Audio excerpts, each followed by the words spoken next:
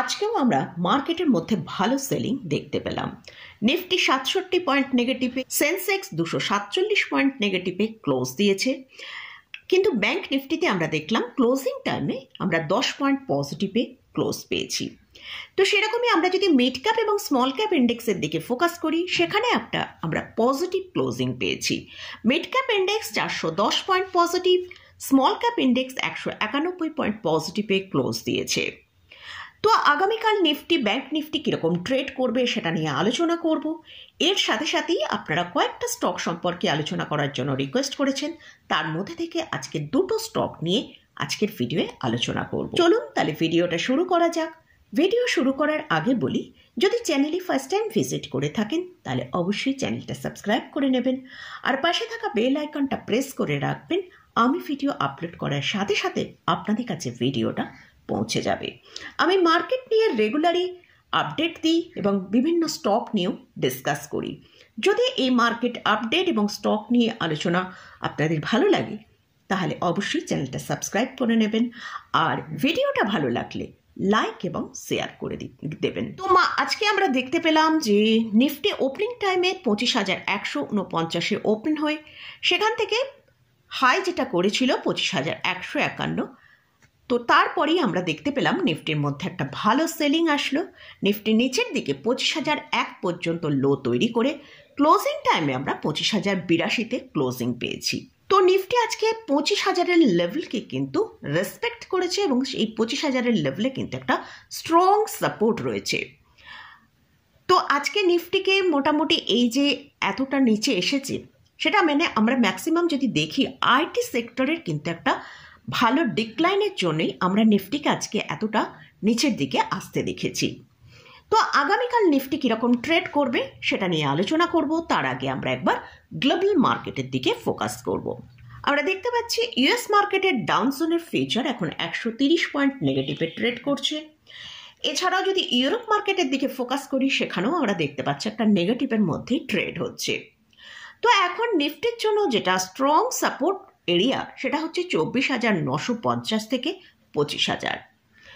তো যদি আগামীকাল আমরা দেখি নিফটি 25,180-র ওপর ট্রেড করে সাস্টেন করতে পারে, তাহলে নিফটি ওপরের দিকে 25,250 থেকে 25,300 এই পর্যন্ত একটা আপসাইড দেখাতে পারে।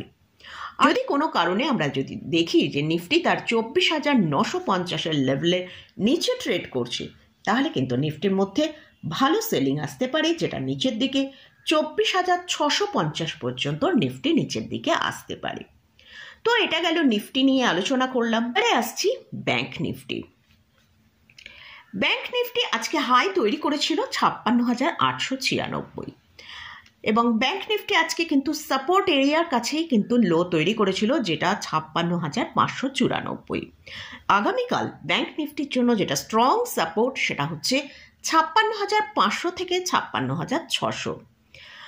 তো যদি ব্যাংক নিফটি এই সাপোর্টকে মেনটেন করতে পারে তাহলে ব্যাংক নিফটির মধ্যে একটা আপসাইড আসতে পারে। যদি ব্যাংক নিফটি 56,900-র ওপর ট্রেড করে সাস্টেন করে, তাহলে ব্যাংক নিফটি ওপরের দিকে 57,100 থেকে 57,125 পর্যন্ত একটা ভালো আপসাইড দেখাতে পারে। আর যদি 57,125-এর ওপর ট্রেড করে সাস্টেন করে, তাহলে কিন্তু একটা ভালো মুভ আমরা ব্যাংক নিফটির ক্ষেত্রে দেখতে পেতে পারি। আর ব্যাংক নিফটি যে স্ট্রং সাপোর্ট 56,500 এর নিচে যদি ট্রেড করতে শুরু করে, তাহলে নিচের দিকে 56,250 পর্যন্ত ব্যাংক নিফটি নিচের দিকে আসতে পারে। তো এটা গেল নিফটি এবং ব্যাংক নিফটি নিয়ে আলোচনা করলাম। এবারে আসছি দুটো স্টক নিয়ে আলোচনা করব। তো ফার্স্ট যে স্টকটা নিয়ে আলোচনা করছি সেটা হচ্ছে পেটিএম। স্টকের কারেন্ট প্রাইস চলছে 977 টাকা। স্টকটা এখন তার হায়ার লেভেলের কাছেই ট্রেড করছে। যদি স্টকটা 990-এর ওপর ট্রেড করে সাস্টেন করতে পারে, তবে আমরা উপরের দিকে স্টকটাকে 1060 পর্যন্ত একটা, অর্থাৎ যেখানে 52-উইক হাই আছে সেটা পর্যন্ত যেতে পারে। আর স্টক এখন যে স্টকের জন্য যেটা এখন স্ট্রং সাপোর্ট আছে সেটা হচ্ছে 934 টাকা। স্টকটা এখন আপ ট্রেন্ডের মধ্যেই চলছে। তো স্টক তার 9, 21 এবং 50 EMR উপরে ট্রেড করছে।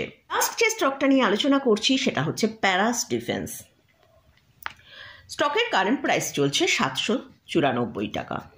স্টকটা তার লাস্ট 5 ডেজে 10% মতন ডিক্লাইন দেখিয়েছে। তো ভিউয়ার্স বলেছে তার বাই করা আছে 875 টাকায়। স্টকটা এখন একটা রেঞ্জের মধ্যে ট্রেড করছে, উপরের দিকে 960 থেকে 70-এর কাছে এবং নিচের দিকে 790 থেকে 780 এই রেঞ্জের মধ্যে ট্রেড করছে। যদি স্টকটা ওপরের দিকে 970-এর ওপর ট্রেড করতে পারে তাহলে কিন্তু স্টকটা নতুন হাই দেখাতে পারে।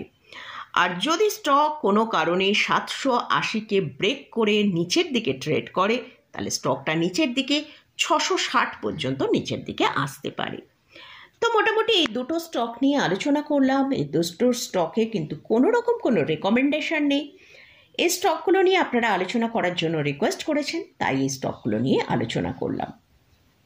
তো এই স্টকে বা ইন্ডেক্সে কোথাও যদি কোনো পজিশন নিতে চান তার আগে ভালো করে চার্ট অ্যানালিসিস করে নিয়ে তারপরই পজিশন নেবেন। এডুকেশনাল পারপাসে আপনাদের সাথে এই ভিডিওগুলো শেয়ার করি, তাই এই স্টকে বা ইন্ডেক্সে কোথাও কোনো রেকমেন্ডেশন আমি করছি না। তো মোটামুটি আজকের মতন ভিডিওটা এখানেই শেষ করছি। ভিডিওটা যদি ভালো লাগে অবশ্যই লাইক করবেন, শেয়ার করবেন, সাবস্ক্রাইব করবেন। ধন্যবাদ।